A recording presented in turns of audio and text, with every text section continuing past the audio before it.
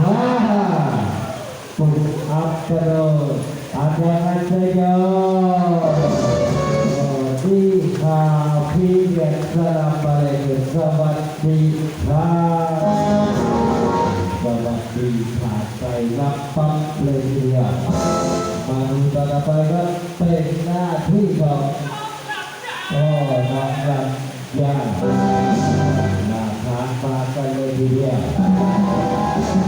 จะกระทนลำใหญ่เพื่อบอกให้ตนกันบอกแล้วลำใหญ่ป้าโอ้พาลีดีขึ้นมาแล้วแต่ก็ลากหาพลังมากันเลยทีเดียว